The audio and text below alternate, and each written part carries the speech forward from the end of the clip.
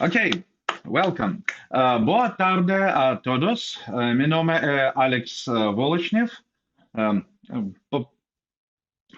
eu falo inglês, tedesco, russo, um pouco italiano.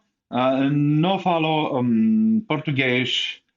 Uh, sorry, that was basically all my knowledge. So this session will be kept in English. Hope next year we will do it again with some updated questions in Portuguese as well. But for now, we will go for the English version. Anyway, the exam is in English, certification is in English. So you need to know at least how to read the questions. Hope it will be fine for you. And we are starting right now. How are you doing? Is everything fine? Please write in the YouTube chat if you can see me, if you can hear me. And we will start. Stream looks good on my side, everything loud and clear and green. So I want to know what you can hear me well too. And meanwhile, let's start. So, my name is Aleks Volochnev. I'm developer advocate lead at DataStax. Basically, my job is to make developers successful with Apache Cassandra because it's not a simple technology, maybe you know already. It's extremely powerful, but on the scale from a bicycle and to an airplane like a Boeing or Airbus, it's very much on the Boeing scale, right? So you need to know some things.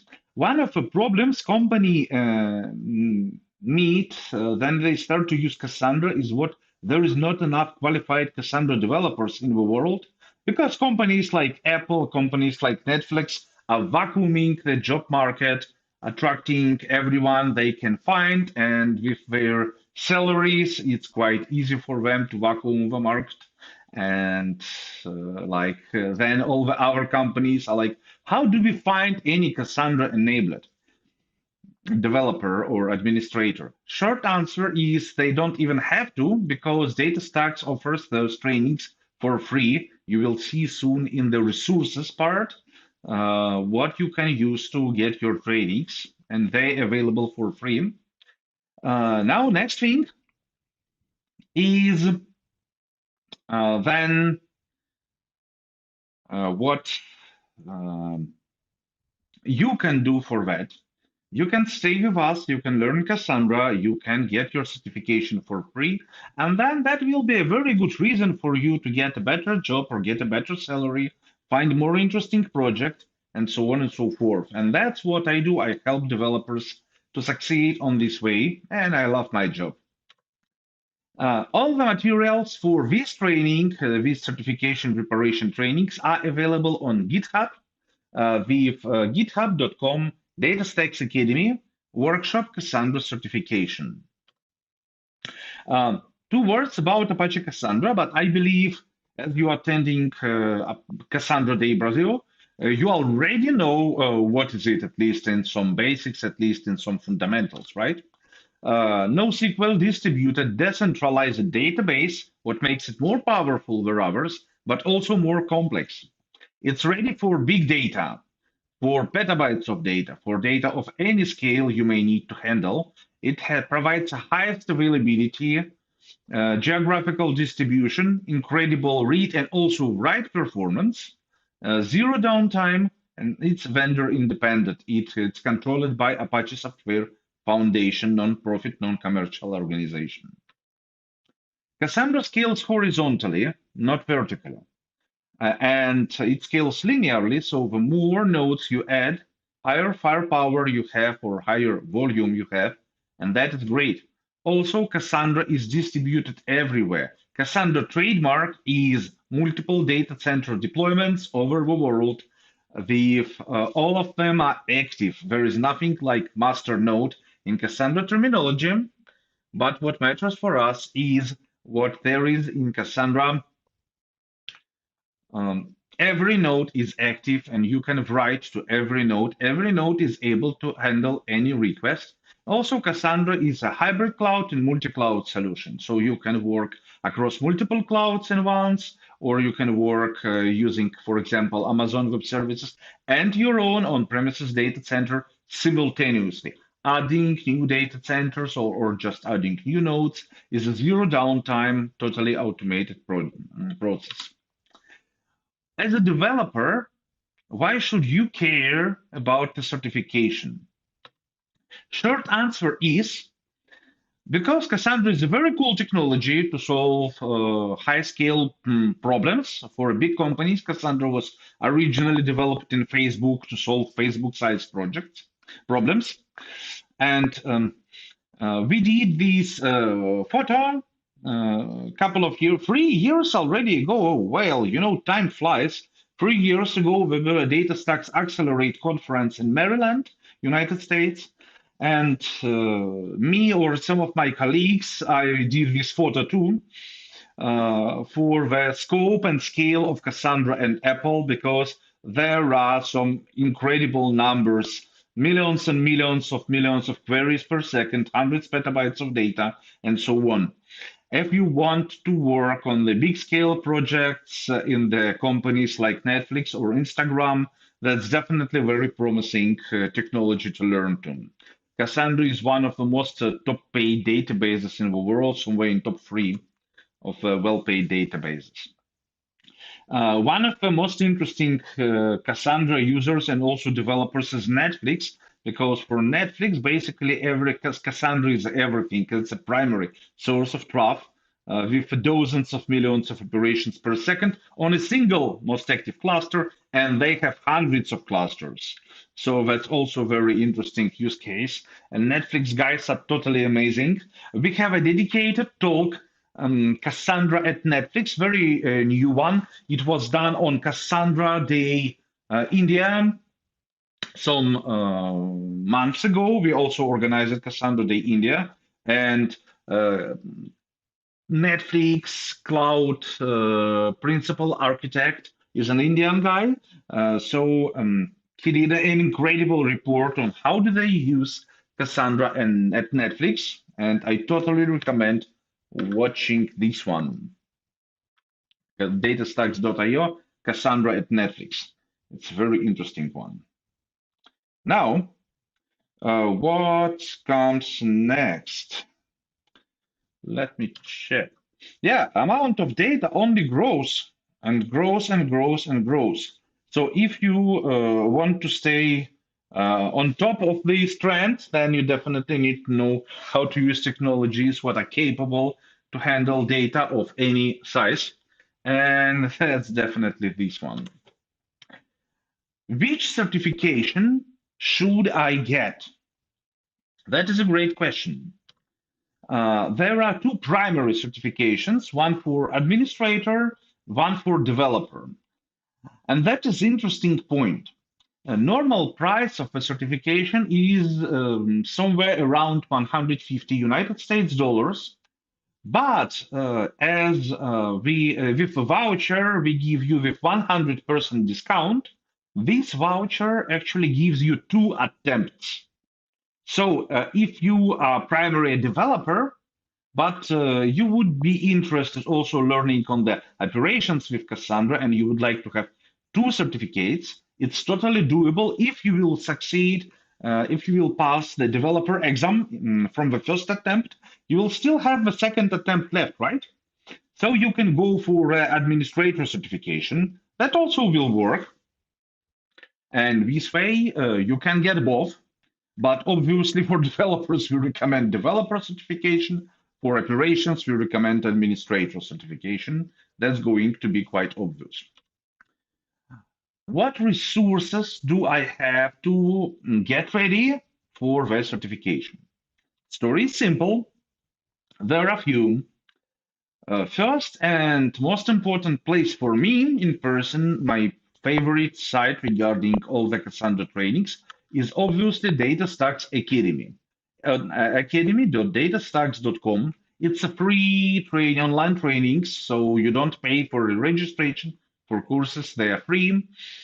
There you have administrator learning path and developer learning path accordingly to the one you need to take. And each of them includes free courses.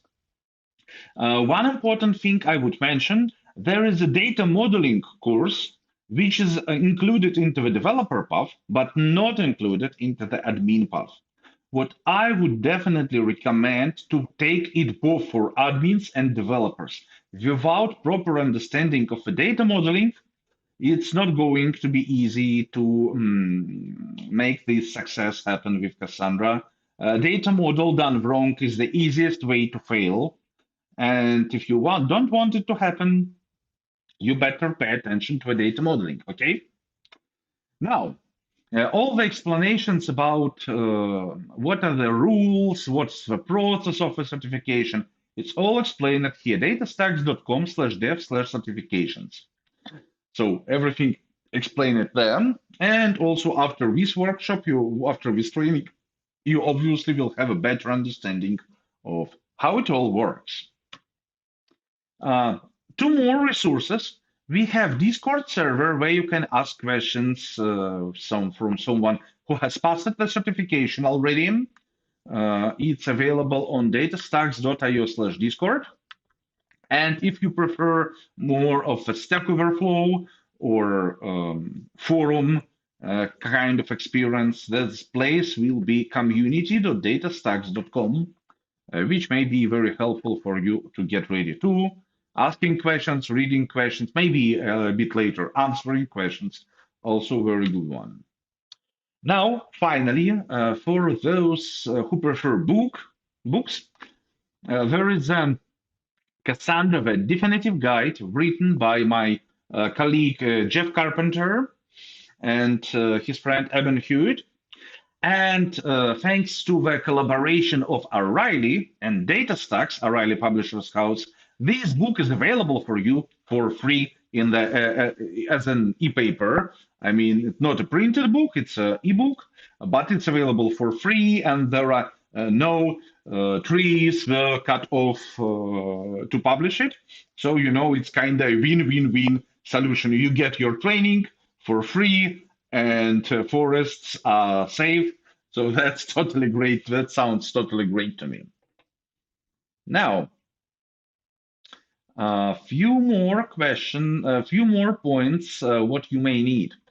As I said, the root thing to understand, the core thing to understand about Cassandra is a proper data modeling. And we created a special thing, data modeling by example. It's available on datastax.com/learn data modeling by example. And that's important to know.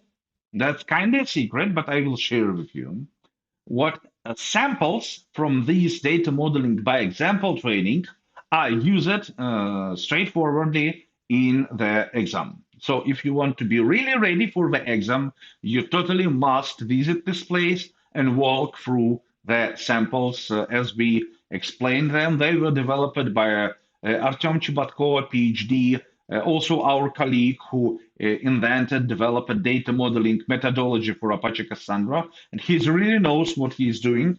So their scenarios will be very helpful to you to get ready. Now, how to get ready? Process is very simple. First, go to the academy.datastax.com. You can use side materials like book or like what for me, primary place is the Academy. You pick the path what's most important for you, like admin or developer. That is good. As soon as your learning path is complete, you write an email to academy@datastax.com. Just in any form, like I completed this course, that's my email. I use it to register at the Academy. Please send me the voucher. You will get your voucher. If there are any questions or anything, or you cannot reach Academy, just to have plan B. I always prefer to have plan B. That's linked to my profile on LinkedIn, so you can reach me on LinkedIn. Ask your questions, by the way. I will be happy to answer. And if you need anything to get better ready for the exam, contact me as well. Then prepare for the exam, read through the certification rules, of course. Um, but we will discuss them briefly actually right now. So that is a real exam, proctorate exam. You have to follow the rules. If proctor thinks you are cheating, he or she can interrupt the exam. Of course, it's not happen out of the blue. You first get warned and so on. So I will share my experience with you. But first, regarding the rules. First, this is a closed book exam, so no reference materials, no cheat sheets, no nothing is allowed. Only you, your brain, and your laptop. I mean, like only the exam window. You are not allowed to switch to any another thing to avoid cheating, of course. We want this certificate to be valuable. So people will know what owners of this certificate are really know what they're doing. And sadly, we've encountered some cheating before, so our rules are quite strict on this exam, sorry. But that's good for you. If you are not a cheater, then you will just get benefits out of that.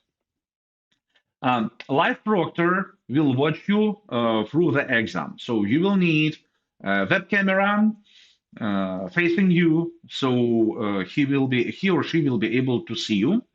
One more thing, by the way, proctor will ask you to show him or her the room you are located in to check if there are anyone in the room, maybe to give you some hints. And I was not ready for that, so my room was totally messy, and it wasn't actually very. It didn't feel good to show such a messy room.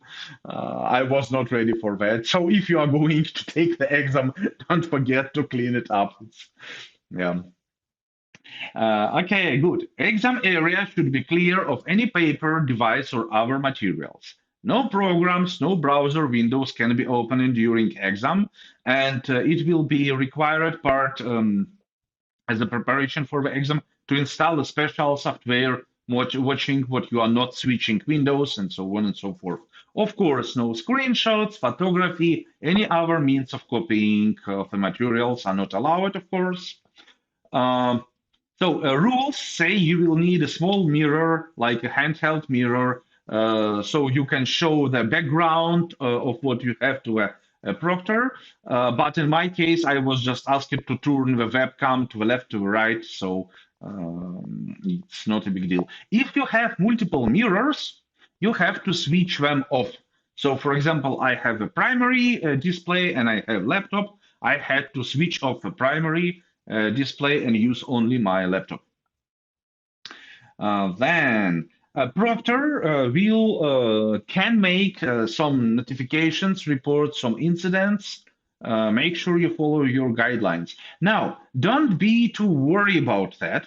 It's totally fine if you get a notification. I got one, two, or maybe three during the exam. First of all, you are not allowed to eat or drink during the exam. By the way, exam is quite long, so be ready what you have enough water and food before the exam. You are not allowed to drink or eat during the exam. I forgot about that, so I got my notification. By itself, it's not a big deal. Don't worry, everyone is getting them. Second notification I got was because when I think really a lot, I start to talk to myself. And you are not allowed to talk during the exam because some cheaters use it to way to pass the questions to someone helping them. So you are not allowed to talk during exam. That sounds like quite a lot of rules, but you know what? At least you don't have to travel to the closest certification center and take it in person. You can do it from home. So this benefit is quite more than just a strict requirement of not talking during the exam. Yeah, and of course you will need some passport or something like government issued ID with photo, driving license maybe. passport, whatever works in your country as a government-issued identificator with expiration date is viewable. Now, you can request postponement of the exam, it's fine. Exam requires 90 minutes in a duration, and you will need probably most of them. There are quite a lot of questions. Timer is displayed, and you know when the exam will be over. If you have any kind of a network outage or power outage, you will have 20 minutes to access the exam back. And you will not know those questions were answered right or wrong. You will only get the result passed or not passed. Good. A demo of this process you can find at the DataStax Academy, DataStax certification online course. Short course shows you how it goes, how it works. So you can see it closer. When I took my certification, it was not available. It was not created yet. So I didn't have such great materials. Good. Take your exam. Step 4. You take your exam using a certification on the metal.com. You will get a link. When you get a voucher, you will also get a link to sign up where you use this voucher. So you don't have to make screenshots or anything. You will be good. And basically take the exam and you are the best of the best. If you paid enough attention and learned well enough, you will pass it. Like I'm totally sure. Okay, now a thing we are going to do right now is the demo exam. First, I have to ask you a couple of questions, and then we will proceed to the exam. But first, I want to understand something about you. I introduced myself. Now it's your turn. Please, let's go to Menti. Open menti.com using the QR code close to me, or just going to menti.com and enter the code 19122018. It's on the screen. Enter the code, and I will see what I will be able to ask you questions. I will paste the code in the YouTube chat 19122018. Boom. So please use this code on menti.com. You can use your mobile phone or anything, whatever you prefer. And let me ask you a couple of questions. Just scanning the QR code will work as well. 1, 2, 3. We have to go on. Okay, I see there are some people joining already. Thank you for joining. Please jump in. The more the merrier. And it's totally anonymous, so you don't have to put any of your data. Just, how much experience do you have with relational databases? Okay, we have some people already with some experience. That is great. Let me show, if you need a QR code, let me show you a QR code again.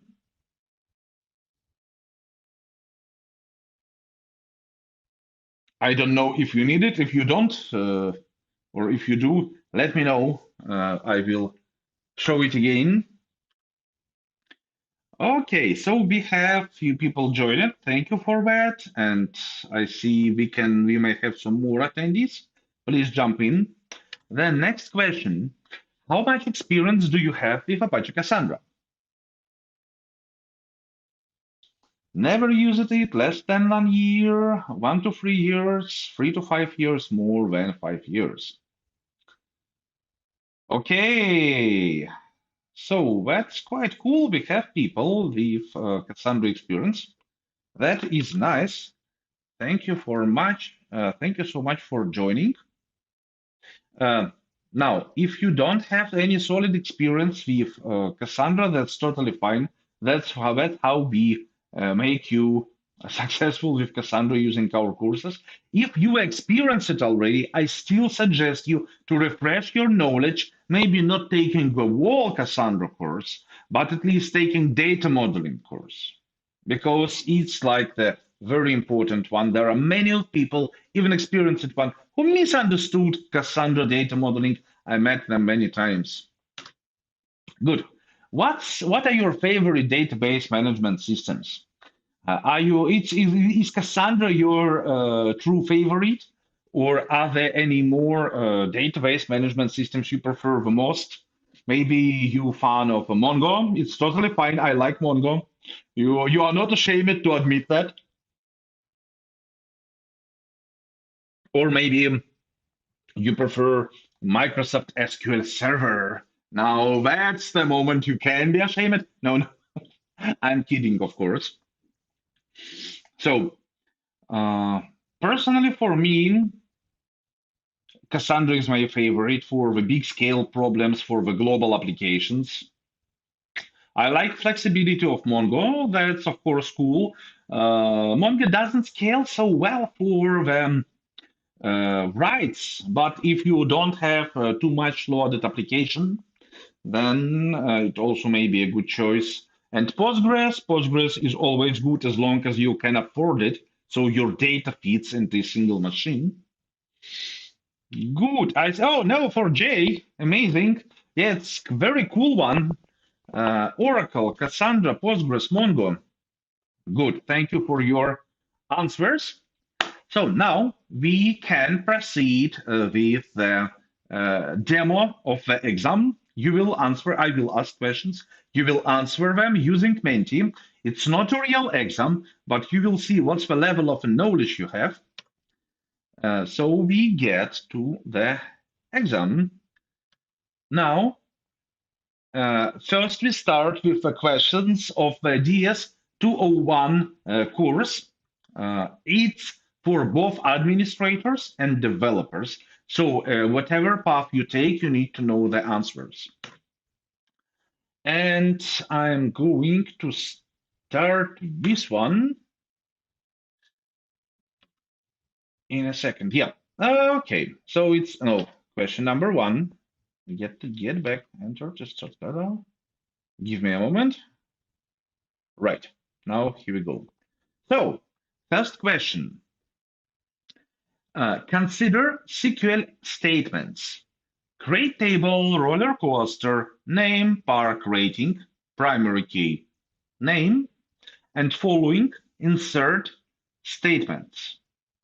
How many rows will the roller coaster table have after executing all of those SQL statements?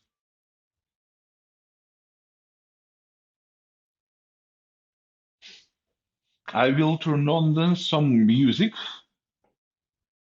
Music won't play during the exam, but now I think it will be fine. If music is too loud, write me a message on YouTube chat, so we will see how it goes. So, what's the story? How many rows this table will have after executing those 4 insert statements?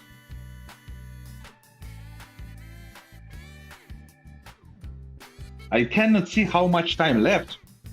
So if anyone would send me a message on the YouTube chat what time is over, or I will see, I can switch to Menti, but it will.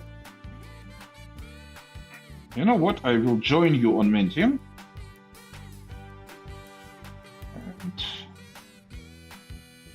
when I will see how much time left, I think we are done. There is not so much time. So Menti.com, and the code is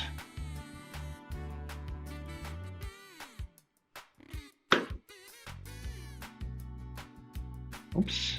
Yeah, time is over. Most of you gave the answer C, which is correct answer. So that was well done. 12119122018. Good. Now I'm with you, and I can see then the time is over. Good. So we know the answer, but why this answer is right? Why C, so 3 is the right answer? For you, that must be easy already. We know what first and fourth inserts use the same primary key, so they cause an upsert, and as a result, only 3 rows are created. It's both Millennium Force, name, name, and name is a primary key. So as a result, it will have Millennium Force, center point 7, not 8. Upsert. Well. Let's go when. SQL developer and administrator exam. Consider the SQL statement. Create table. So, okay, I will start countdown, and we will get back to the screen. Consider the SQL statement. Create table. We again execute 4 insert values. What's the result of executing all those SQL statements? Will it be the table with 1 partition, 2 partitions, 3 partitions, or 4 partitions? Obviously, that's a question on the understanding of the partitioning.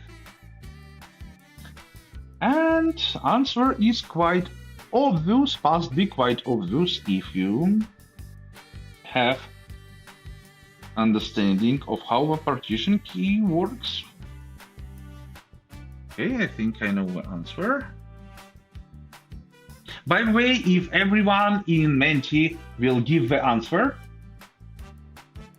then Menti will be stopped earlier. So if you are waiting for something to push the button, don't wait. It's a test exam, not a real one, so don't be afraid to make a mistake.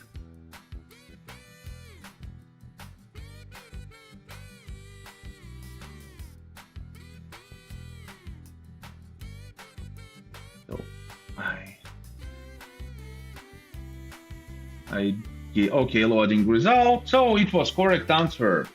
Correct answer is D, a table with 4 partitions. Partition key consists of artist and title. So each insert will have an unique artist title pair. So there are no upserts and we have 4 partitions as a result. Now let me see your answers. And looks like there were a mistake. And take a look. That's important point I want to highlight. Take a look. Because of those parentheses, we see what the first argument of a primary key will be artist and title. Not like artist is partition key and title is a primary column, clustering column. No, they both are partition key. As a result, Beatles yesterday, Beatles letter B, Abba Fernanda, Frank Sinatra yesterday. That's quite easy. It's going to be a table with 4 partitions. Very well. So I'm starting the next question. Question number 3. And let's get there. Developer and administrator exams. Consider the SQL statement. Create table cars, model, make, year, color, cost, primary key, make, model, year, color. Which of the following is a valid query for the cars table?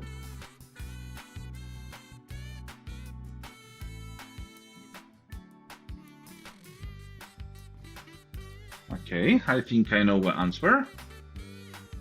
And what will be your answer? Also very interesting to me.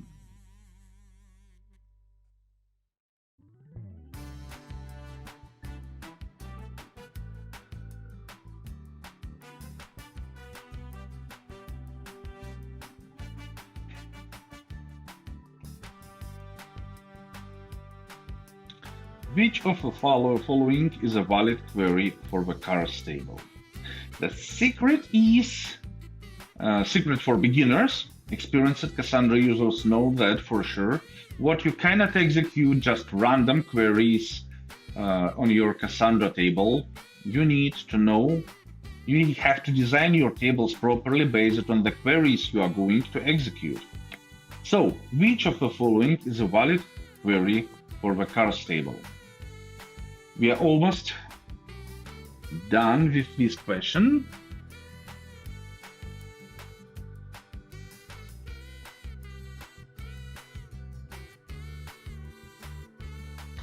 And I gave the right answer. Hope you too. Yeah, not bad. So, take a look. That's a very interesting story. Answer C is correct. Which of the following is a valid query? Now, take a look. That's easy to see. First, you always have to specify all parts of a partition key in your query. So, partition key consists of make and model. Obviously, answer A is wrong because it has only make. And answer B is wrong too because it has year, color, but doesn't have make and model at all. But now, answer C and D, they both have make and model. How come then answer C is correct and answer D is wrong? Take a look. In Cassandra, partition keys define where data will be allocated, how data will be allocated over the cluster, and clustering columns define how data will be stored physically on disk, because they define sorting order within the partition. That gives one unexpected outcome. You can specify in your query clustering columns, you can skip them, it's totally fine. But what's the limitation? If you are going to use clustering column in your query which has predecessors, some previous clustering columns, you always must specify them too. In this case, year is the very first clustering column. So the search query with specifying a year is totally valid. You can do that, it will work. Ford Mustang 1969, great car if you ask me. Then it will work like Ford, Mustang, 69, all good. The color is not specified, we are good. But last query uses color without specifying year. And then this missing year, it's bad, it's wrong. Data cannot be found based on that. So you have to specify, in this case, year and then color. So there are two options. First, you have to skip color at all, or second, you have to specify year, or maybe you will need an index to make this column searchable also. But indexes in Cassandra is a bit special story. Okay, so let me see how many of you made it. Oops. Good, very good. Now, we ask, leaderboard. So, nice. Maverick gave 3 right answers. That's a good result. Krok 2 and Sakura 1. Well. We are starting next question number 4. So, let's go for the question number 4. Create table employees by department. They are very similar, just difference is the partition key. Begin batch, insert to into employees, insert into employees by department. So far, so good. Then, apply batch. Which is a valid statement about this batch? Single partition can be applied. Single partition cannot be applied. Multi-partition can be applied. Multi-partition cannot be applied.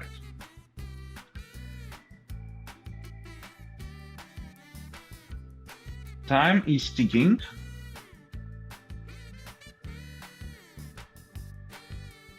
It's ticking, right? Okay, it's not ticking. Sorry. I should have launched countdown first. So, what's going to be your answer? What's going to be your answer? Is it a single partition batch or multi-partition batch? Can it be applied or cannot be applied? What's right about this situation? Hey, you see how we are using denormalization? And that's pretty important to understand because, well, denormalization is the key to success.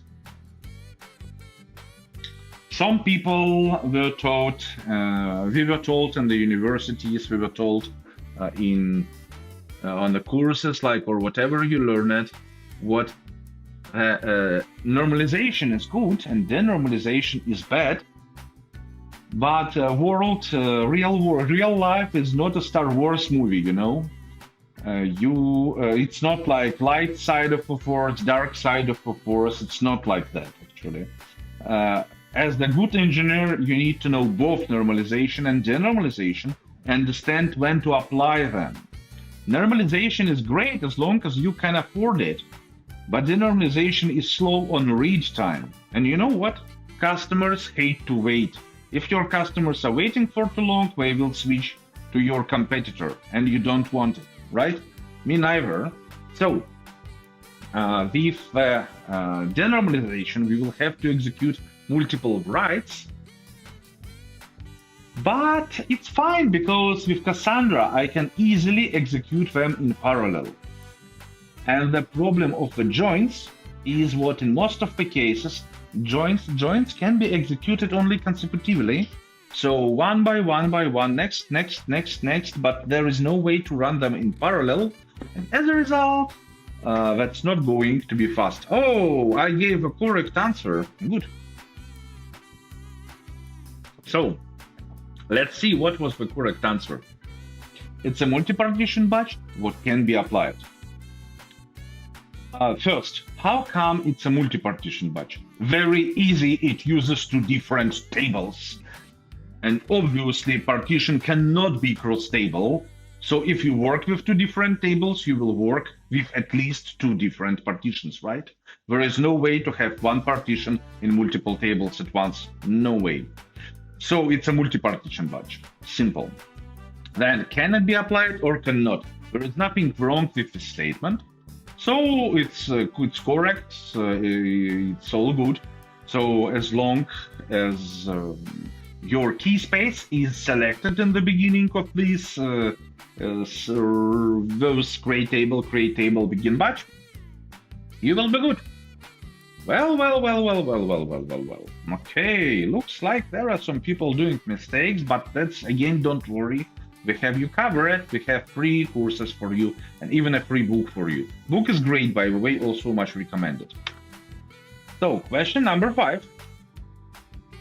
Developer and administrator exams, you need it to know it for the both. Consider the table definition with a primary key omitted. Great table, reviews by restaurant, blah, blah, blah, blah, blah, blah, blah, blah, blah. We know what restaurant review are uniquely identified by a combination of a name, city, and a reviewer. Restaurant review are retrieved from a table using combination of a name and city. And we also know what the table has multi-row partitions. What primary key does this table have?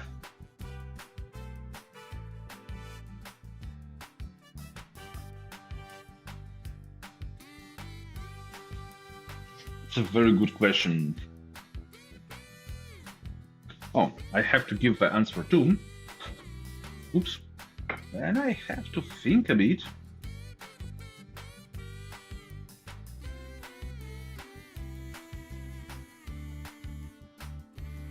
Time flies, but you still have some moments to answer.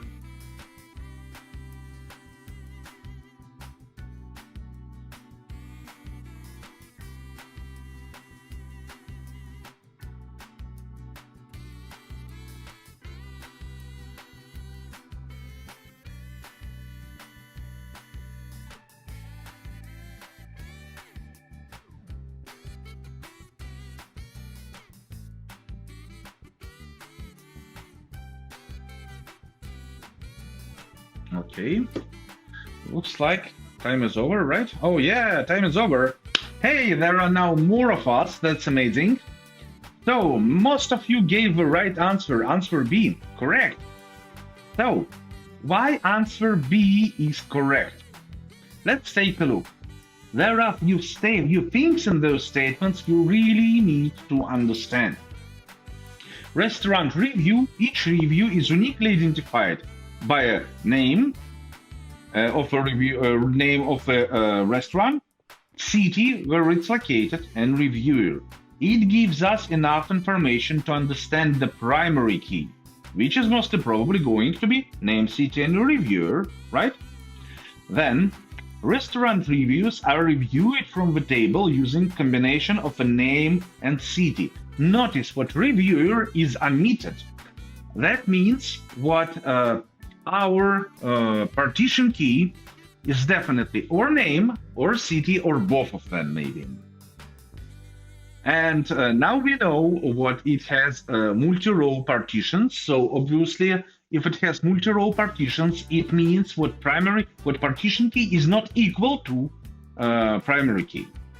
And then we see what name and city is the better option when just name reviewer or reviewer name, because we are going to retrieve data using only name city. And reviewer will work as a clustering column. Correct answer is answer B. Well. So most of you made it right, and that's great actually. Let's move on. I'm launching the question number 6. So, consider the table definition and SQL query. Create table teams, name, wins, losses, ties. Then select all from teams by wins, where wins equals 4. At this point, you can ask me, why do we create table teams, but read from teams by wins? Answer is later. Which materialized view definition can be used to support the query? You see, that's a question about materialized views. Materialized views now considered experimental, but still maybe in some scenarios very good solution and definitely something to know how it works. Although as in general case for most of the scenarios, I would recommend to be very careful with materialized views. There are some limitations to consider. So old school denormalization may be a better choice than materialized view. But still, which materialized view definition can be used to support the query? And now let me think to answer.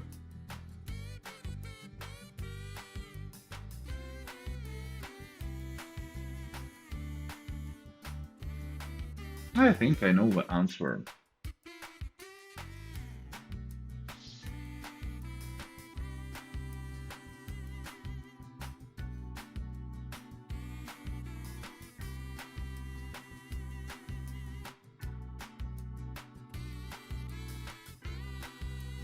Hey, I get the correct answer. Let's take a look. Okay, now distribution was a little bit bigger. Okay, but it looks like only I gave the right answer. Okay, shit happens. That's you see, it's good you're passing a training exam. It's a mistake, but now you will know why. So let's go for that. Take a look. First thing we need to know. Notice what in the query we do. Select all from teams by wins, where wins equals 4. We query data only using wins. That means what? We always have to give all the parts of a partition key. Partition key, therefore, and we are giving only wins. What is a partition key? Wins, of course. So, partition key, name. Doesn't match. Partition key, name. Doesn't match. Okay, wins name sounds better. Wins name sounds better. Now, what's the difference between answers D and B? They are basically equivalent, except one and only one thing. Here we say is not null and name is not null in our create materialized views definition. Take a look. You cannot have nulls in the primary key. So when you create a materialized view, you must specify what you will not pull any null values into the materialized views. It will just not work. The nulls are not allowed there. So when you need to have there some real data. That's why answer D is correct. Well, now what's the leaderboard? First of all, great for the newcomers. Great job. Okay, looks like I got to the first place, but that's fine. I worked with Cassandra for quite some time, so it totally makes sense. And I already passed this certification, right? So, and CP and Sakura share 3,000 points, free right answers. And Tiger Baby joined recently, so I believe it was the first answer. And Millie also joined very recently. There are still plenty of questions to answer, so question number 7. Let's take a look at it. Question number 7, and that is a developer exam. So that's a question for developers, not administrators, but still better to know. Consider the table definition and the SQL query. Create table, restaurants by city. Select all from restaurants by city, the city Sydney, and cuisine sushi. And we know what now we are doing a mistake, because we specify city partition key, not bad. But when we query by cuisine, which is not a part of a primary key, therefore we cannot search on that. Technically we can with a secondary index. So that's complex question. If you didn't use secondary indexes, you won't be able to answer it, most probably. But still, let's try to guess which secondary index can be used to support the query. And there are 4 options. Okay, this one is easy if you know how it works. I will explain it in a moment. So I hope you're glad you've joined already. While you are thinking, I will make a little notice on the secondary indexes. In general, still, the best way to work with Cassandra using old plain denormalization. Secondary indexes have some strong limitations. Secondary indexes are mostly limited to the partition you are using, and if you go through multiple partitions, that will not work. And there are some improvements in this field. For example, storage attached secondary indexes, as a stable attached secondary indexes developed by Apple some years ago. Now a storage attached indexes developed by DataStax some time ago, last year basically. But still, secondary indexes have some strong limitations you need to know. So, answer A is correct of a very simple thing. B, C, and D are incorrect because indexes on multiple columns are not supported. That's it. But notice how this index works. It works only because I specify the partition and then I can use index. So if I wouldn't specify city, it still will not work because indexes are attached to partitions. Good. So what about the answer? Okay, guys, I'm sorry. Looks like, yeah, I again was the only one who gave the right answer. Okay, that happens. Let's go to the next question, question number 8. Here we go. This one looks much simpler. Which statement better describes where clause in a query? Where clauses must reference all the fields of a partition key. Where clauses must reference all the fields of a clustering key. Where clauses must reference all the fields of a primary key. Where clauses must reference all the fields of a partition key and clustering key. Okay, this one is simple. You can answer that even if you have no experience with Cassandra, but attended first and second workshops of a Cassandra Day Brasil, then you will be able to answer these questions.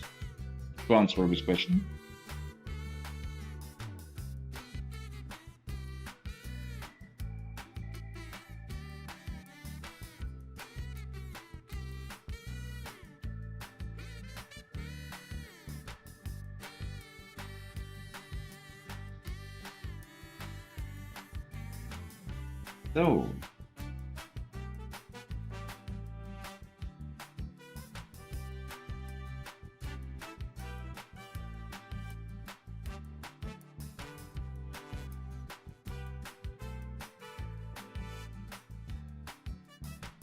time is almost over.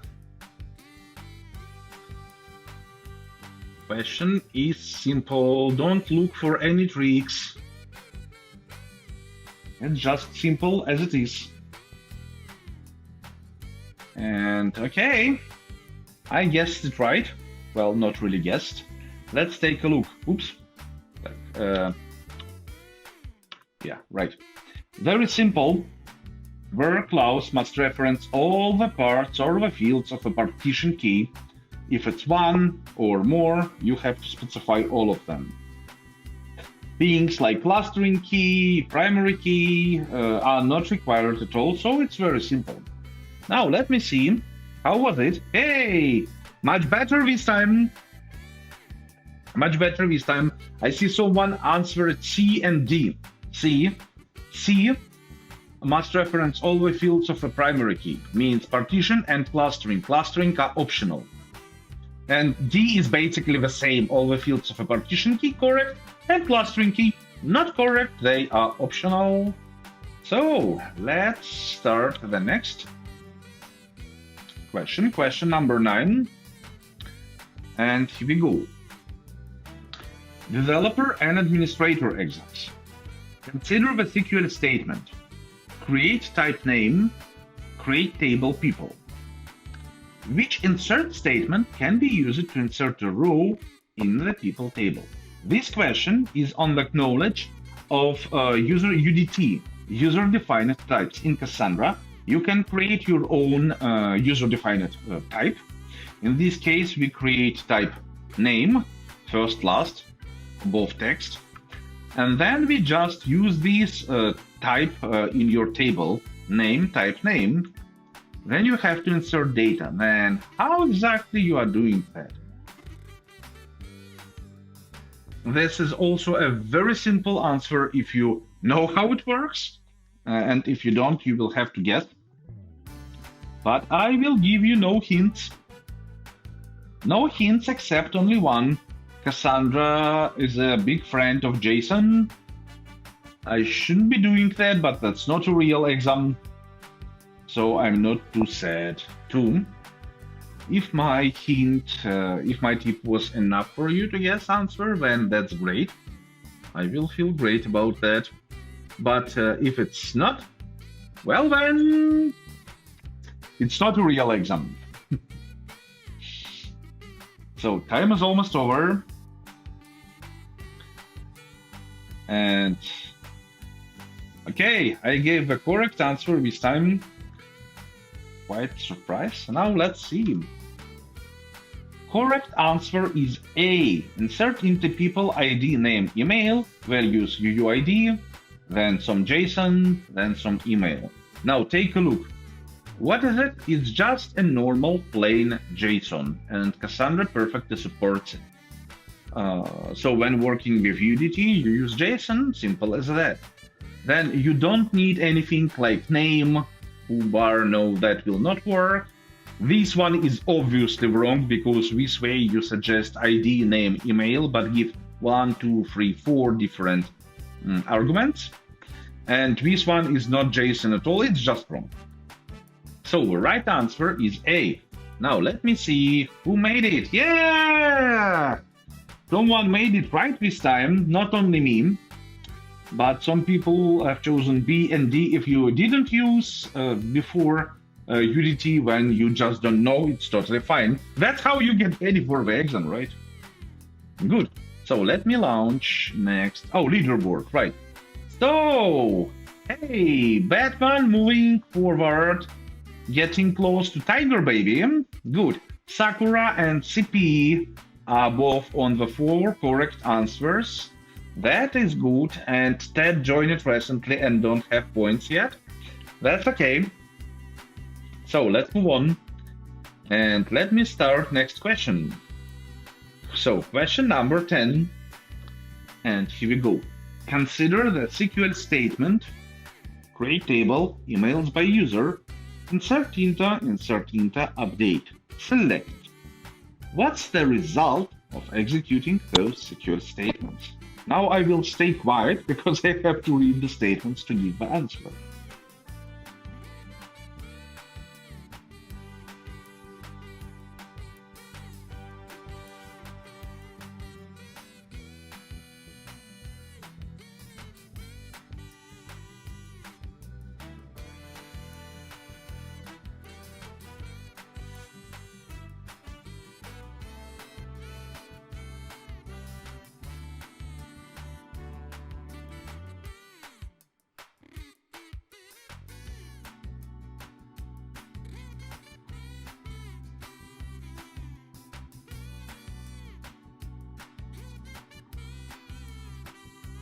Okay, I think I know the answer.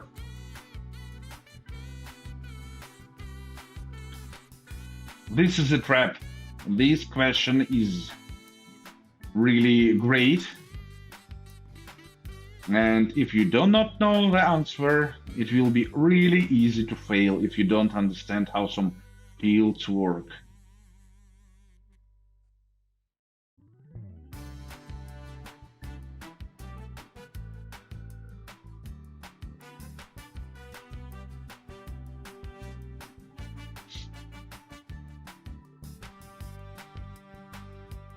Okay, time is over.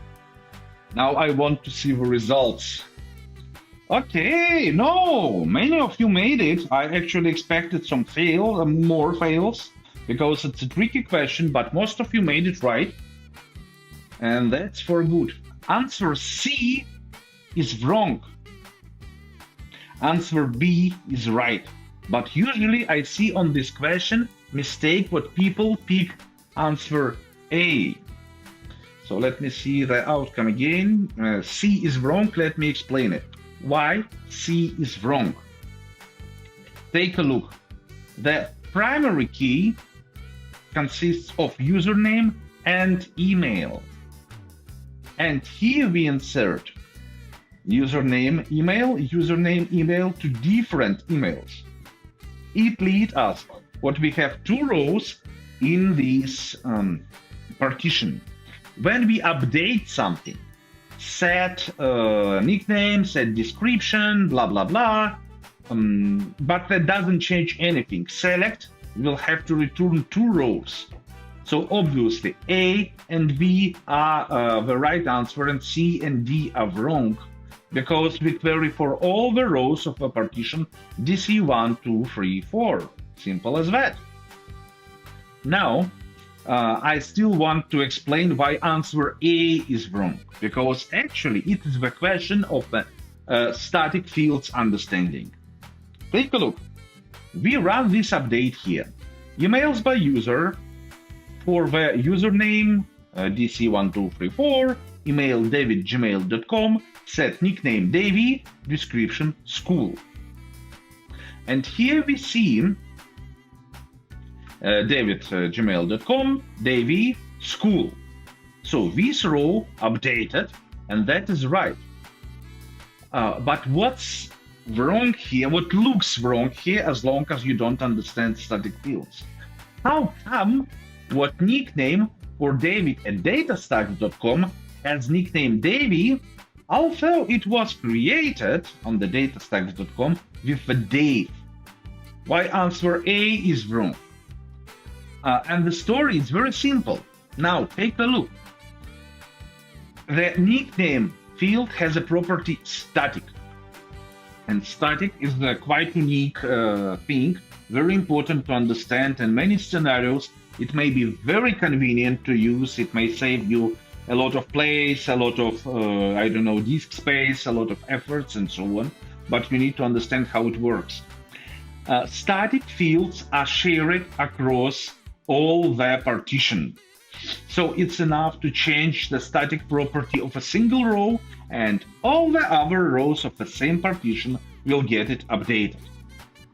It's very convenient, for example, for some operations on the denormalized table, where you have some property duplicated, for example, an address for all the goods in an order, like we are buying something on Amazon, and then we have some goods, and those goods needs to have the address. We have address and the goods for the denormalization purposes, but when someone changes this address, and we don't want to change, to update it manually for all the rows, it's enough for us to update address for one single line, and it will be applied to all of the lines.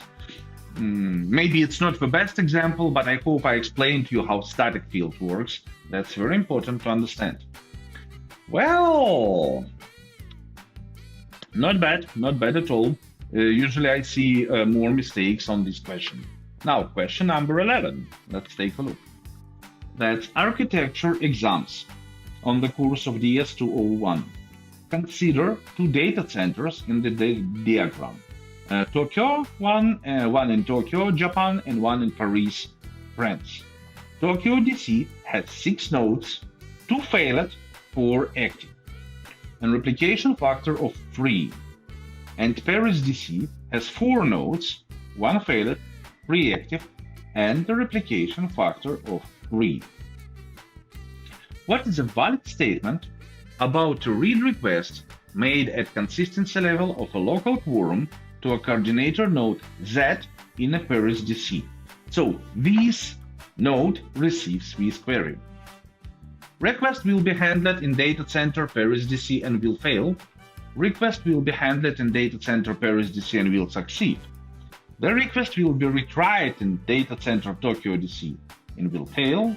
The request will be retried in data center Tokyo DC and will succeed.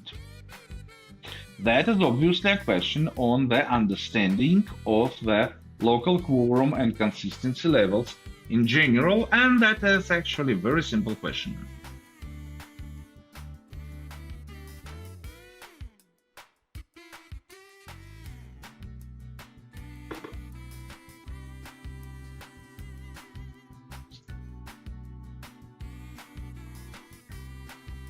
Time is almost over. Loading results.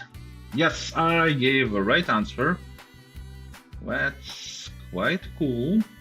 But let me see, what about you? Oh my god! That's a great job now. Everyone gave a right answer. Great job, team. Thank you. So, looks like guys doing workshops did a good job. Today and yesterday. Good. So request will be handled in data center Paris DC and will succeed. Why? Take a look. We have the same data, replication factor 3 in Tokyo and replication factor 3 in Paris. And we execute a query on, let's first take a look at a quorum. Quorum means majority. Majority for replication factor 3 is 2, right? Like, that's quite obvious. Then, in the Paris DC, we have 4 servers, and there are 2 scenarios. Our data located on those 3 X, Y, Z servers. When all replica servers on our DC are available for this piece of data we are requesting, and we can execute this query even with a consistency level all and still get the answer, right? There is a second scenario. Our data is stored on the server W, and 2 of those. Doesn't matter if it will be XY or YZ, no difference. XZ also will work. It means what we cannot execute this query on the consistency level all, but still we can execute this query on consistency level quorum.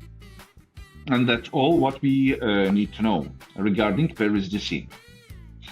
What about the Tokyo DC?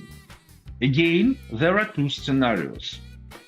Our data is stored on those 3 nodes, for example, or those 3.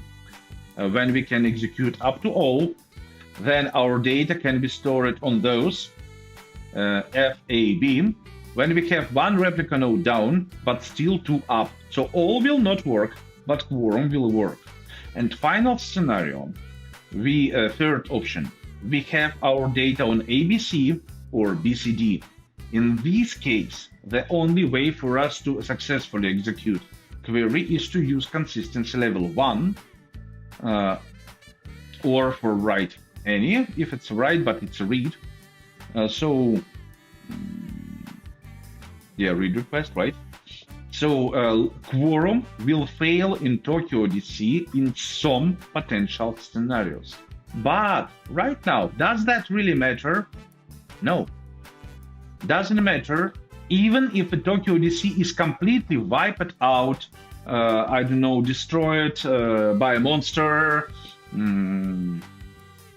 kidnapped by aliens, whatever, still we do a local quorum for the Paris DC. And Paris DC is not so much on fire. Only one node is down. It can be even planet upgrade. So it's maybe not necessarily some power outage, network outage. It may be a planet restart, scheduled restart. Our cluster is still available for local quorum for Paris DC. For Tokyo DC, it may be different, but the query coordinator was Z, so this server got the query. So simple as that. Now, yeah, it was easy for you, so you made a great job. Well, question number 12. Architecture exams. Consider those SQL traces. At what elapsed time is the data persisted? So what it will survive an unexpected node shutdown?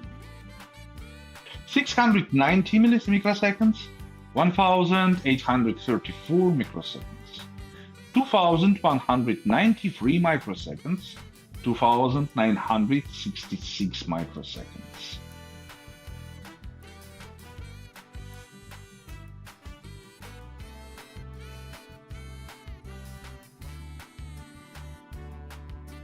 Okay, I know the answer.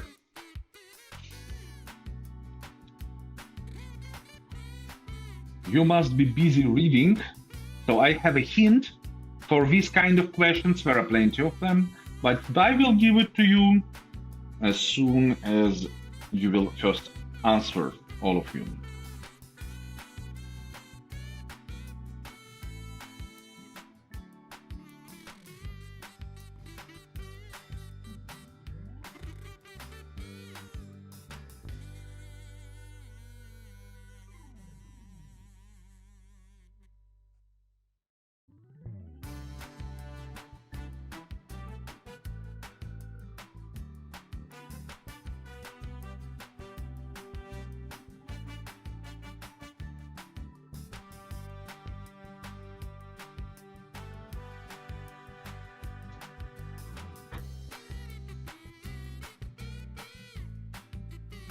Yay, I gave the right answer. Good to know, I still remember something. Now let me see how it goes for you. Yeah, most of you made it. One mistake. Let's take a look. So first thing you need to understand about those questions. There are two traps you can fall into, so you have to be very careful. First, in some cases, SQL trace logs can be quite big, both in vertical and in horizontal. So you may need to scroll above to the right and to the bottom to get to the whole situation. That's important to understand, so you don't miss half of the logs. Second thing, you really need to understand source IP. In some scenarios, there will be multiple nodes collaborating, and questions on the reading of multiple SQL traces from multiple sources at once as a part of a single query, right? So then you have to understand what timings will be different for different nodes, and you need to make no mistake on that, getting it together, because logs are written simultaneously in parallel. So now answering the question. At what elapsed time is data persist so it will survive an unexpected not shut down? Some of you know already what Cassandra uses so-called write ahead log or commit log. And as soon as data gets to the node, it will be as soon as possible added to the commit log and only then really processed. And commit log is persistent. So as soon as data is written to commit log, even the not shutdown doesn't matter, it's not scary, because as soon as node recovers, commit log will be replayed and data will be recovered this way. So take a look. Timestamp 0. SQL query started to being executed. Timestamp 328. Parsing the statement. Timestamp 690. Preparing statement. Timing 1834. Determining replicas for the mutation. So we are finding replica servers, other replica servers, what has to be affected. Then, as it's a query coordinator, It's, well, it will happen on each node, but anyway, appending to commit log 2193, and only then adding to memtable, request complete. So on 2913 source elapsed time, the query will be persisted already. It's not yet in a mem table, it's not yet in sorted string table, but it's already persistent, so node will survive restart with this data kept. That's important to understand. So, good job those who gave this answer. My respect. Let's move on. Question number 13. Let's scroll to question number 13. Okay, I explained it. How is replication factor configured in Cassandra? Per cluster, per key space, per operation, per node. Hey! This one is the easiest one. You must know it already, especially even if you have no experience with Cassandra. In this case, you know it for sure, but even if you don't, you must have visited a workshop yesterday, and we did that. We discussed that. So, must be not a big deal. Let me check. Meanwhile, maybe you have some questions.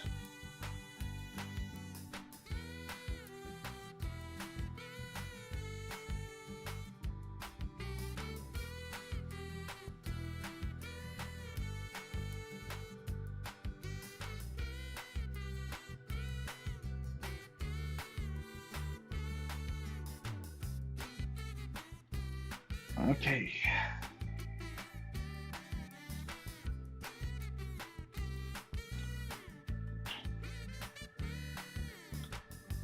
Well. Time is almost over. So I hope you gave an answer already.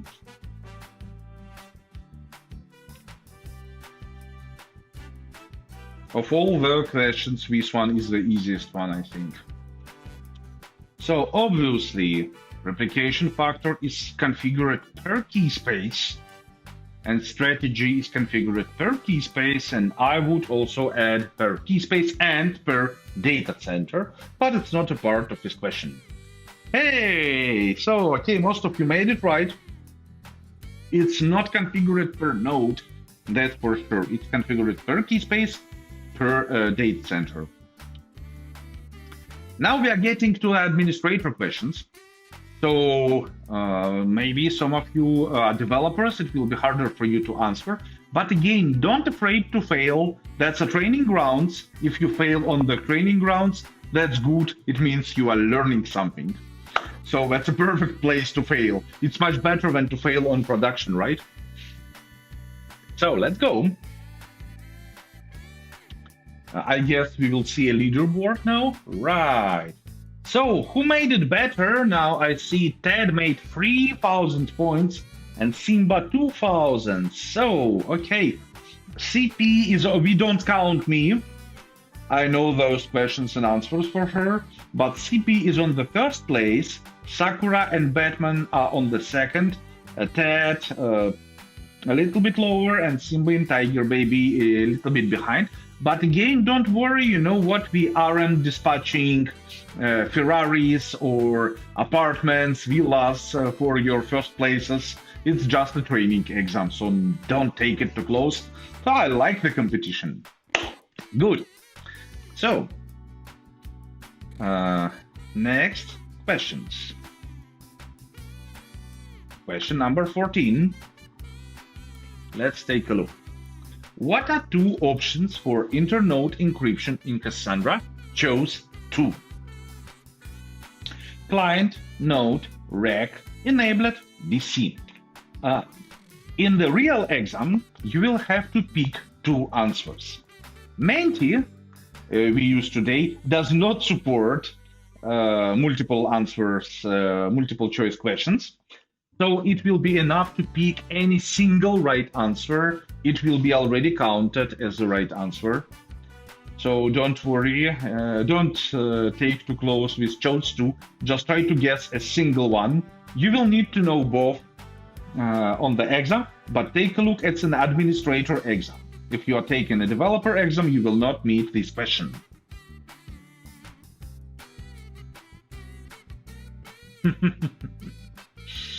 Good. So, oh, I have to answer. Time is ticking.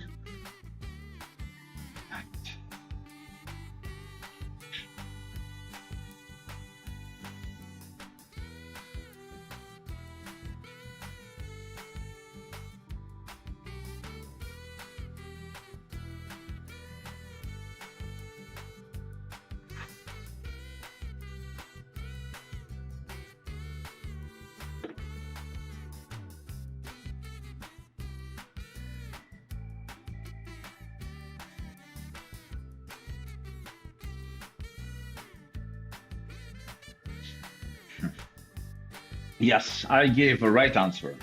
So let's take a look. Story is simple. It's an internode encryption, so encryption of the data transfer between different nodes. Answer A is obviously wrong. Client is not involved in the internode encryption. Then node will be quite a weird answer for internode encryption. Like, should it be somehow inside node? No, not really. Enabled is also a wrong answer. There is even a hint of chose to. And then finally, REC and DC. Don't forget network topology. Nodes are into the recs are into the DC. Very easy to remember. Available options are all known at the REC level, at the DC level. Very simple. Good. So, most of you made the right answers. Very well. Then we go for question number 15. So, which configuration file is used to set garbage collection properties for Cassandra? Poor administrators, poor operations people, they have to remember it all, right? Like, developer questions are so much better. I'm totally sure. Then answers are Cassandra YAML, JVM options, Cassandra env.sh, gc.options.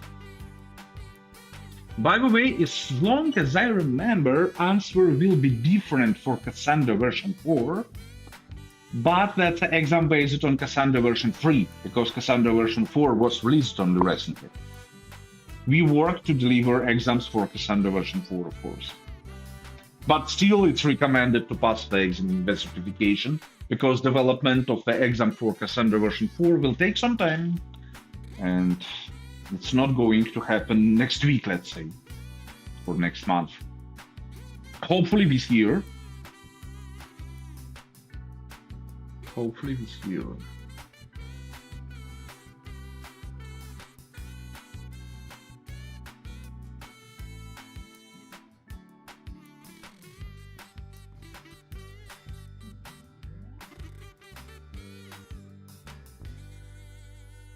If you don't know, you can throw a dice or maybe a coin, but there are 4 options, so it will be harder, a bit harder to make it with the coins. But as we are IT guys, and coin basically can be in 0 and 1, just 2 throws of the coin will give us 2 bits. 0, 1, 2, 4. Yeah, must be good. Even with a coin, we can easily count. Even with a single coin, we can easily count to 4. Hey, I gave the correct answer. So, correct answer is JVM options. Cassandra runs in JVM. Therefore, garbage collection properties are configured via JVM specific things. So, was it hard for you? No. Hey, maybe there are no developers. Are the only administrators here? How did you do it? Oh man, okay. That's something I didn't expect. I didn't expect at all. Question 16. So let's go to question 16. Consider a table definition and how a single row is stored in a mem table and 2 SS tables on a Cassandra node. Create table, data in mem table, data in first SS table, data in second SS table. What are the current values for this row?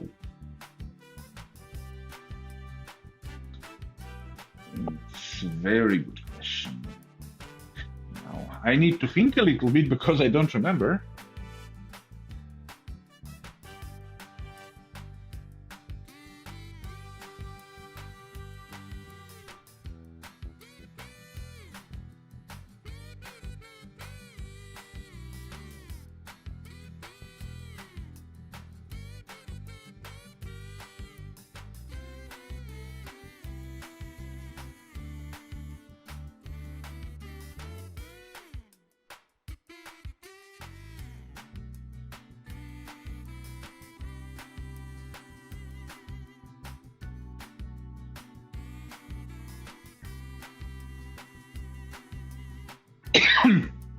Okay.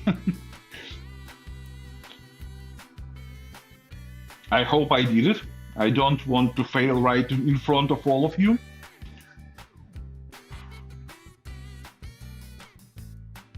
Now you know my nickname and the quiz.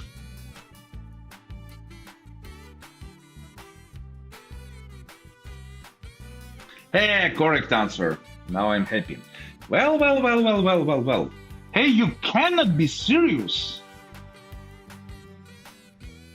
You are doing great, people. Okay, then maybe there is nothing to explain here, right?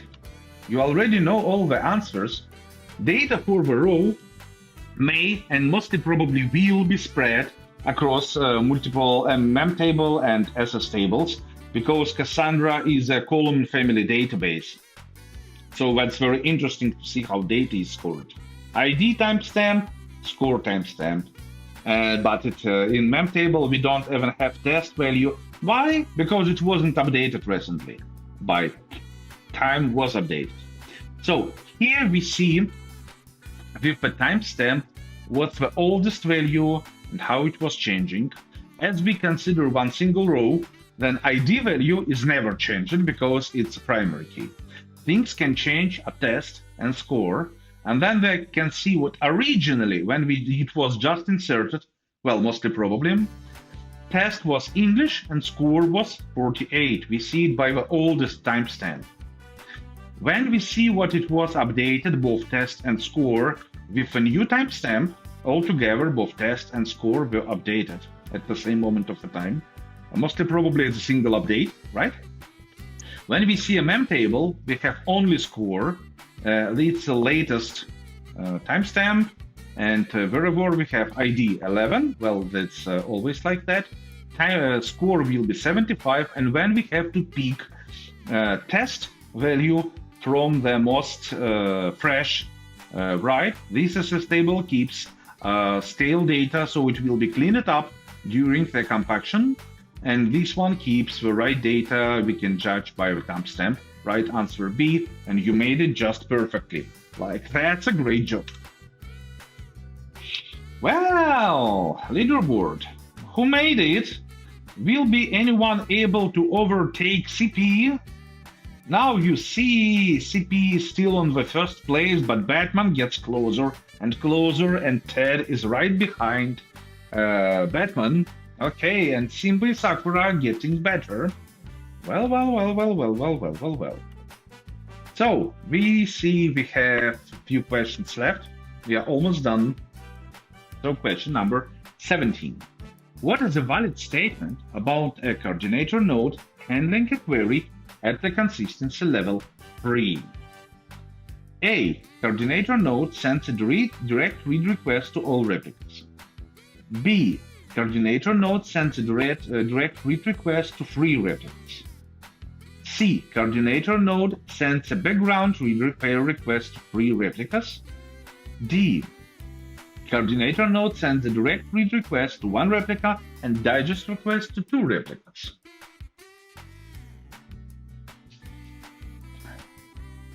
That's also a good question for the understanding of the Cassandra behavior and some optimizations applied to this behavior.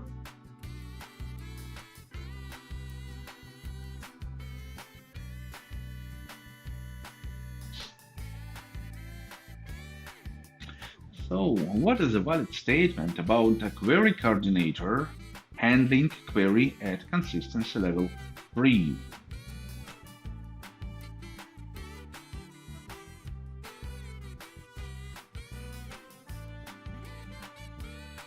Frankly speaking, question doesn't describe all potential situations, but we still can judge by the questions gathering missing information.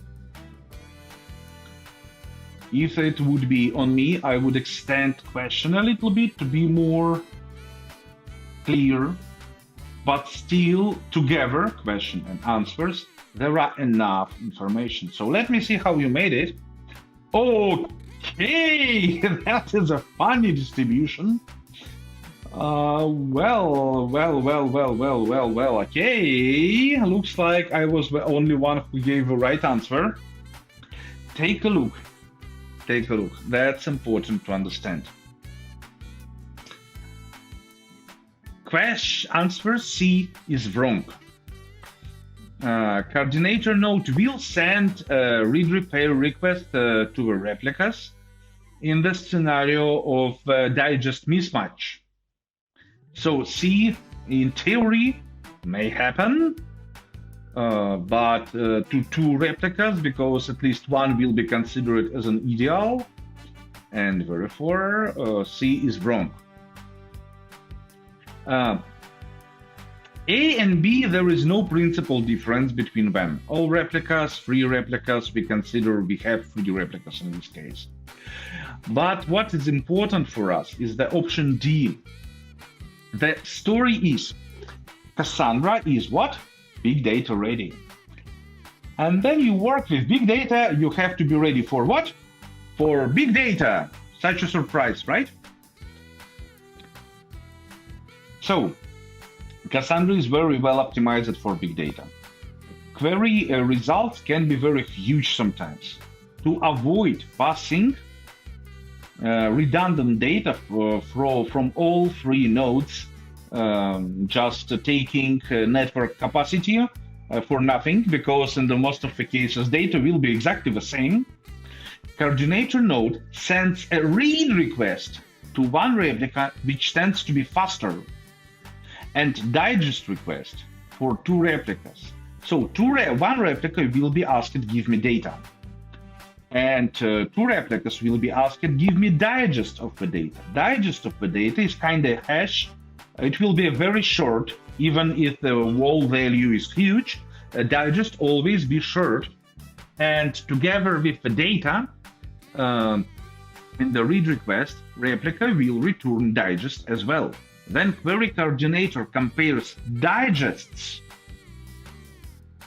and returns data based upon that. If the digests are matching, then this data, what was read, it will be immediately returned to the client, and we are done.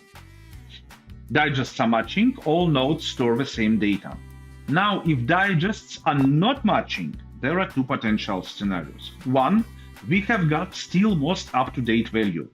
In this case, this value this data will be returned to a client, but query coordinator will initiate background repair on the found inconsistency.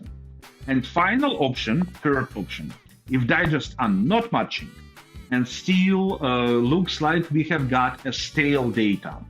So real data, new data is stored one of those nodes, what we asked for a digest, but not for the real value.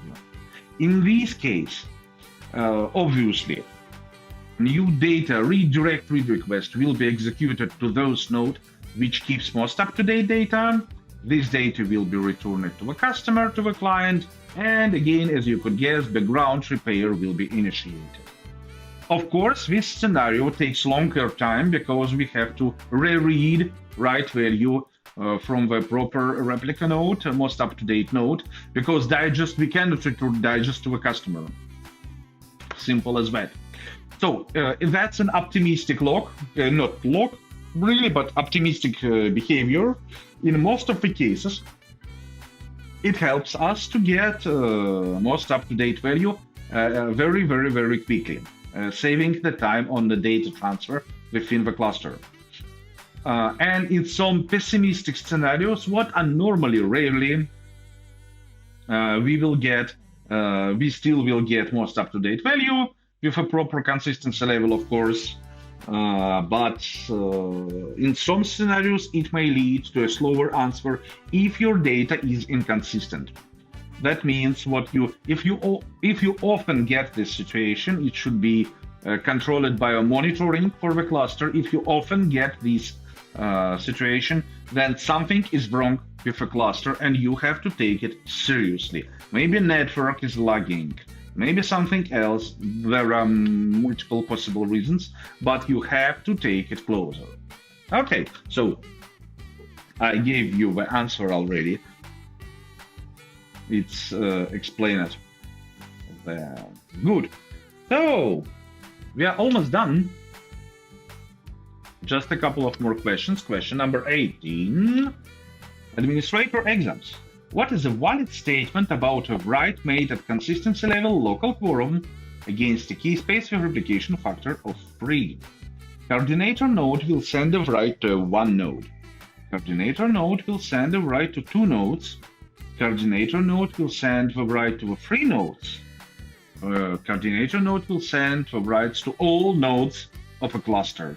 By the all nodes, here we mean all nodes of a cluster.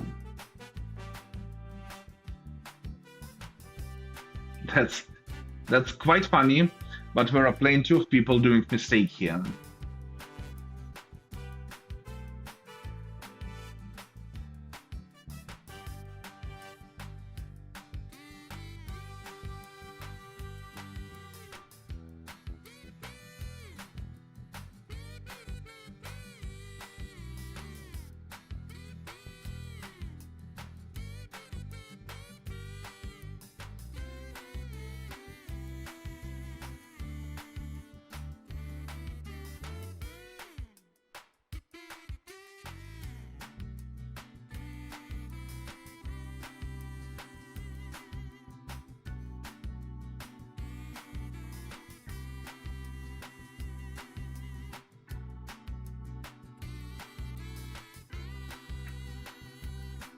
Time flies and we are almost done.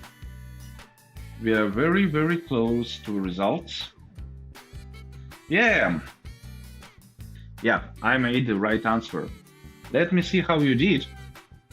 Okay, right answer was answer C. We have a couple of mistakes. Let's see what's wrong. That's very good, guys, what you failed at this question. Now we will fix this missing knowledge. Very often misunderstanding of Cassandra. If you made a mistake, don't worry. There are plenty of people with you in this group, but we will take you out and learn you what was wrong so you will not make this mistake again. Very many people misunderstand what is a consistency level. Does consistency level defines how many servers have to store the data? No. Replication factor decides how many nodes store the data. Consistency level decides how many acknowledgements or how many confirmations we are waiting for before delivering answer to the client. What kind of answer? If you read the data, then the date he asked for. If we store the data, we deliver the confirmation what that data was stored, right? If we write the data with a replication factor 3, doesn't matter what's the size of a data center, of a cluster, it still means what there are in the current data center, we have 3 replica servers. When you send an update, change data, add a new value, add a new row, how many servers will need to store this data with replication factor 3?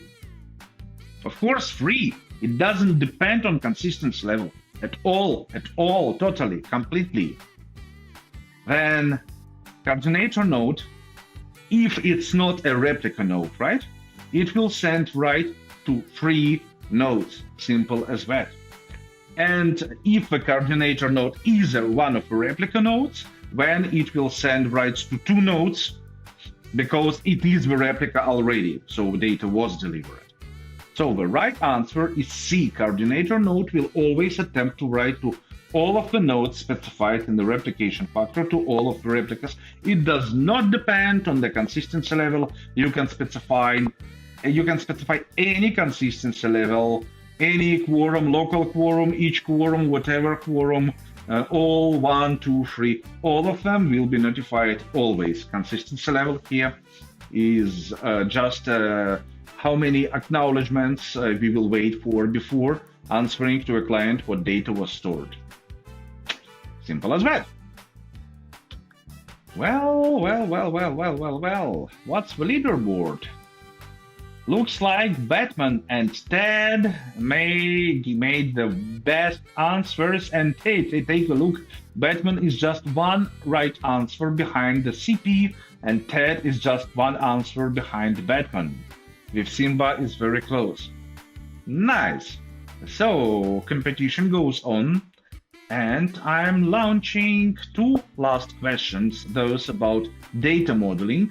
Those are for developers, although I still strongly recommend to take a developer modeling course even for the administrators.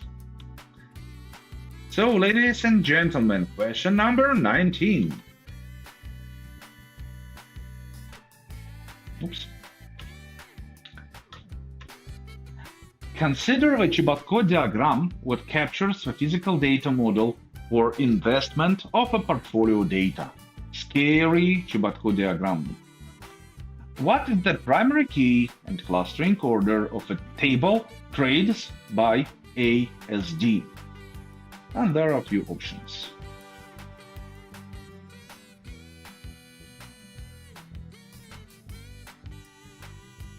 Looks scary, right? I will explain you. I will give you some help. You will know it's not so scary. It's not as scary as it looks like.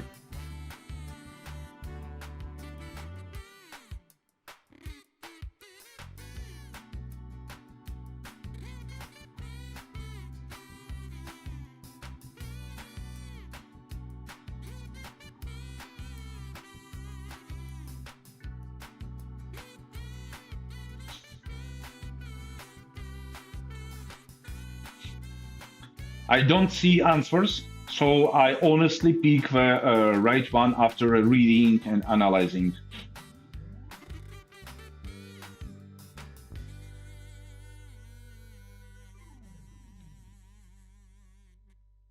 I will give you some hints, but first you have to answer. That's the 19. That's the question 19. Out of 20. And I gave the right answer. And what about you? Yeah, most of you made it. Very well. So it's answer number D, and answer C is wrong, but it's quite close actually. So, first of all, let me give you a hint. 2 hints, what will really help you with the exam. All of those kind of questions are based on the datastax.com/learn/data modeling by example. So I do recommend to invest your time. It will be the best investment. Investment in yourselves are always the best, right? Everything can fail, but you are the best. You will not. So go to this /learn/data model by example. Ping me. I will send you a link if you can't find it. And read through those samples. It's just one of them directly, so you will find it. Investment portfolio data. It will help you to understand what is it all about. That's the first hint. Second hint, you need to know those diagrams, physical data model, logical data model as well, are quite scary. They are big. It's not the biggest of them. There are some bigger tables, but most of the questions are only about one and one only table. Traders by ASD in this case. Traders by account, symbol trade. Symbol, there, trade ID, right, by ASD. It means what you, out of those 6 tables, You can ignore this one, this one, this one, this one, and this one, and focus only on this one. Looks like we just cut off most of the tables, most data on this table. You don't have to read through that all and focus only on this one. Now, it's obviously a knowledge on knowing of Chebotaw notation. Chebotaw notation is your way to describe Cassandra tables, in this case physical data model, in some solid, clear, conscient explanation, way to explain. And what we see, that's a table name, that's a list of columns, there's data types, and then we see K means key, partition key, and C means clustering column, and arrow describes sorting order. So first two answers are wrong because it's account trait ID symbol or account trait ID symbol, and we have order is important, account symbol trait ID. So correct answer is C or D, account symbol trait ID, account symbol trait ID. So we have to focus on those arrows. And then we see here trait ID descending, but ascending is not defined. And D defines symbol ascending, trait ID descending. Right answer is D. So simple as that. That's the right answer. D is the right answer. Clustering keys matter, but you did a really good job. Most of you made the right answer, and the mistake was actually very close to the right one. Good job for quite short time. And my dear people, that's going to be the final question of this training. And thank you so much for joining me. It was quite cool time together. So your last chance to earn 1000 points, or maybe not to. And we start countdown. Data modeling DS220. Consider the application workflow diagram for an investment portfolio application. It features three queries, show workflows, show investment account of a user, display position in an account, display account trade history. An application workflow diagram describes all those workflows and also some optional workflows. Question is, which access pattern are evaluated before application can evaluate Q32? And there are 4 options.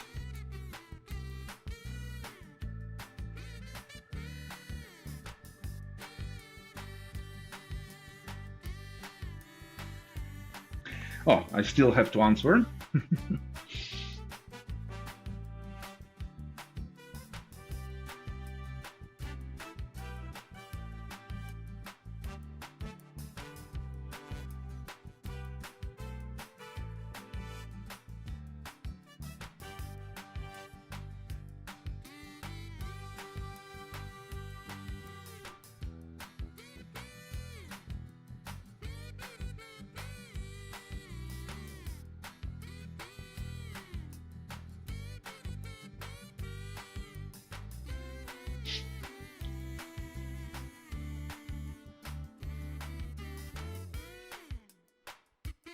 Okay. Yes. Okay, I gave a correct answer. I don't see your results yet, but let's think. It's a final question, and we are nearly perfectly on time. So you will see in a moment. Application workflow diagram is a very important tool of data modeling methodology. You need to understand that. And application workflow diagram defines use cases, queries, and their dependencies. And very important for us to understand what can we just go and out of the blue execute query Q32. Let's find query Q32. That is it. Find all trades for an account and date range, order by trade date, descending. Can we execute this query without any previous queries being executed? Let's think. Date range, order by trade date.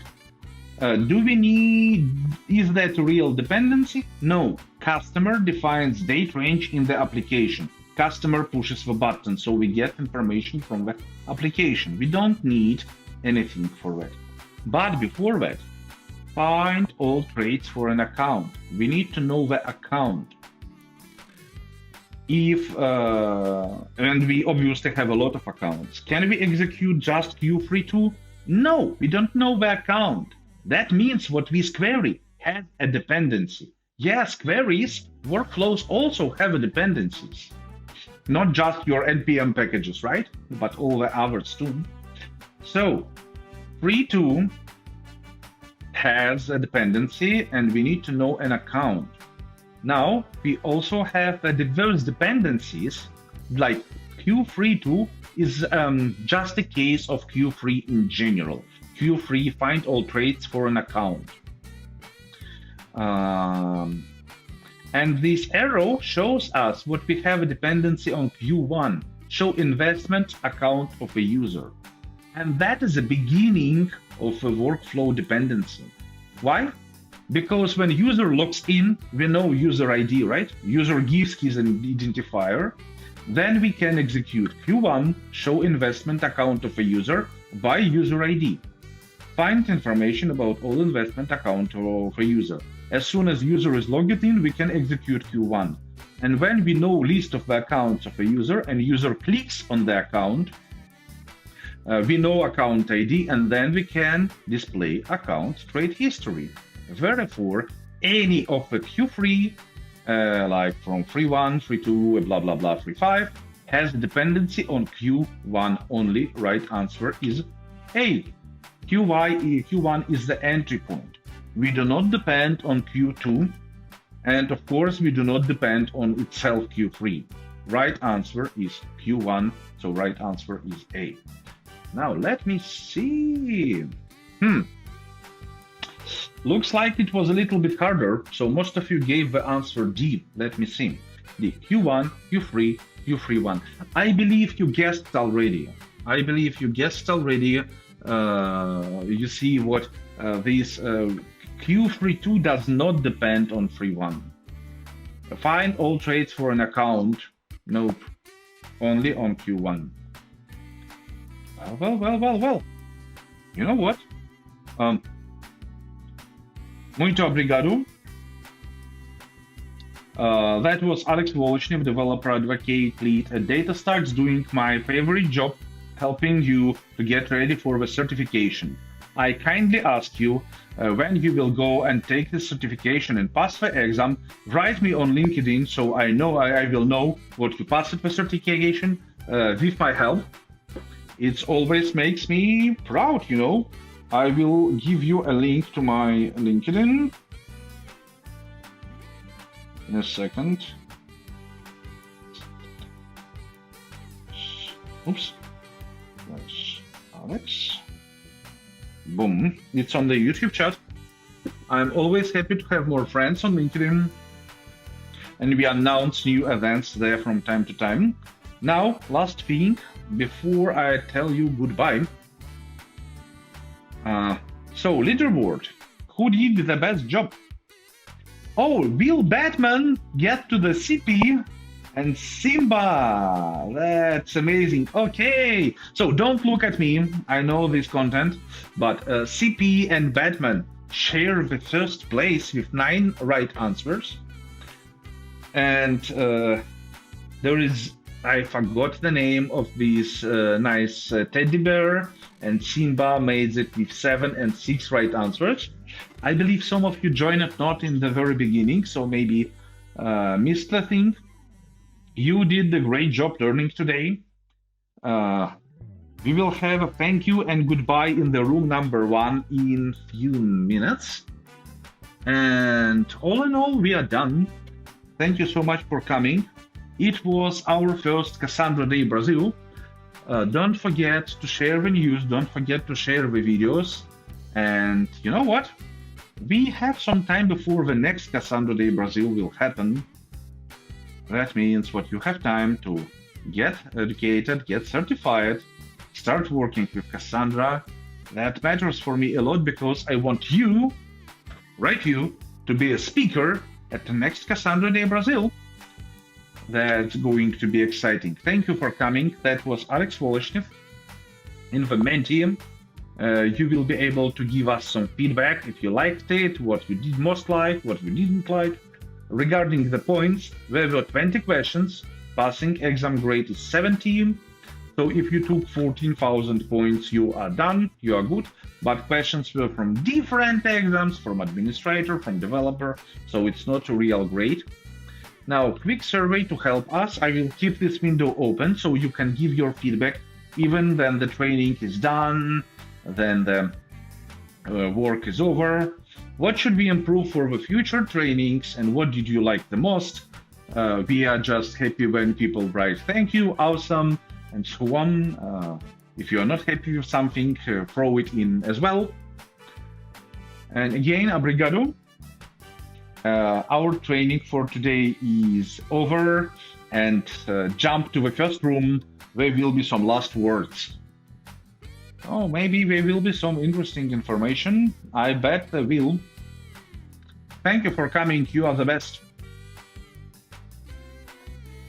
I'm trying to remember how to say goodbye in Portuguese. Até logo. Até logo. Yeah, I still remember some. See you again. Great job today. Thank you.